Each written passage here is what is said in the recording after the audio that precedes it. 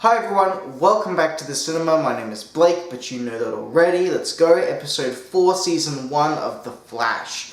So, they let us know that the particle accelerator explodes 14 seconds in. Change that counter. And today we have a great episode of The Flash. Episode 4 is awesome. Why? Because Leonard Snark. So the episode starts with Leonard Snark robbing a truck and realizing the Flash is a thing and that this city is no longer his. A bit later on in the episode we also get another surprise cameo from Felicity Smoke, a welcome one. It's a time when Felicity Smoke was wonderful and not horrible, which happens long down the line. She's great here. We get a scene with her and Barry. Barry showing her his speed, zipping up the building, taking a selfie, zipping back down. We get some more of Harrison Wells being super shady, and then we get to see the treadmill joke again, where Barry shows how fast he can run backwards and flies off the treadmill again. We also get a lot of turmoil in this episode between Joe and Thorne and how Thorne's dating Iris. They have this scene in a car early on, it's great, it's funny. Scenes like this were living proof that this show could be funny. In just one episode, we get so much more chemistry between Barry and Felicity that you'd almost want to ship them over Iris. You haven't been given a reason to really think that Iris is the one, other than Barry in his own head has just known this chick forever and really wants to hit that. We then get a double date between Felicity and Barry and Iris and Thorne. But it ain't just a normal day. It's trivia night. I was born for this shit. Everyone's already there at trivia night ready, and then Felicity arrives and holy moly is she fucking beautiful. So the show's jumping back and forth with scenes, and I am as well. I'm going through everything I've seen as I've seen it. We get to see Snark with his cold gun. Actually a pretty cool design for TV. And this guy is a solidified Chad, alright? When he goes to scope out banks, he doesn't just scope out banks, he finds kids and gives them gum. Because the man is a legend. Back to the trivia night, Iris keeps trying to hook up Felicity and Barry and trying to make this thing happen.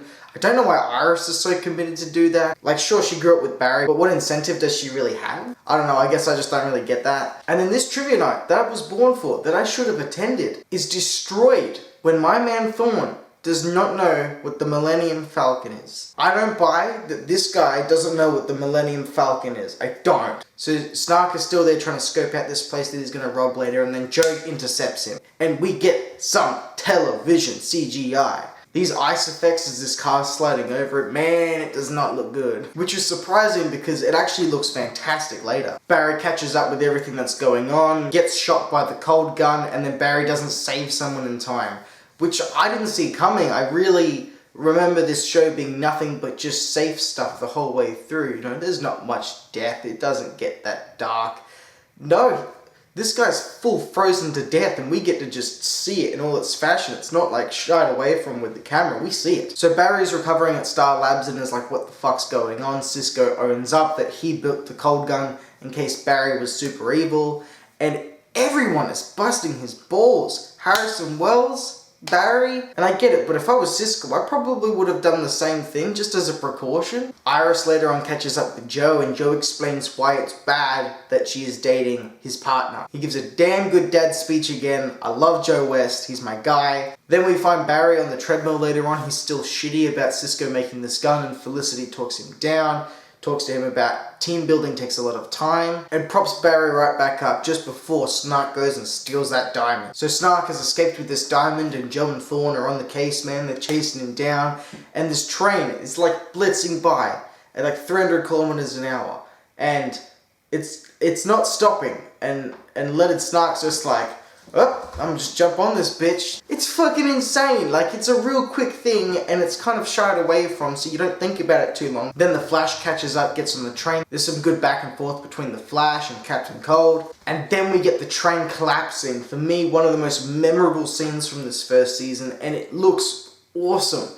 The music's kicking in at the right time and everything's moving in slow motion in this nice wide open shot. Things aren't really hit or cut away from or shaky. And it looks fantastic. And it makes you wonder why the scenes from earlier didn't look so good. Maybe they started development and the VFX on some of these bigger set pieces before they started filming the entire show. Barry saves everyone from the train but is seemingly exhausted before Captain Cold zaps him again. It's not looking good until Cisco shows up with a bigger, more powerful cold gun, which turns out to just be the Star Labs vacuum cleaner. I love it. Snark then leaves and is set up for more episodes to come. Great villain, One of the highlights of the show for sure. So wrapping up the episode, Felicity says her goodbyes to Team Flash because she's not going to hang around, before Harrison Wells gives Cisco the stern talk and like, hey, you do that again, motherfucker, and I'm okay, well, we're not there yet. So Felicity is leaving on the train to go back to Central City? Star City? The one where Arrow is. It's been a while. And they have this great conversation about how Barry wants Iris and she wants Oliver, and then they share this kiss. It's great. It's so much better than Iris. I love Candace, but the character, there's just not much there yet. For someone that's new to The Flash or knows nothing about it and coming into it, you'd think, well, they should be together, really. So they share a kiss, it closes our episode before getting a tiny teaser to Snark coming back with a partner that has a flamethrower gun, as well as Snark having his cold gun. Great episode.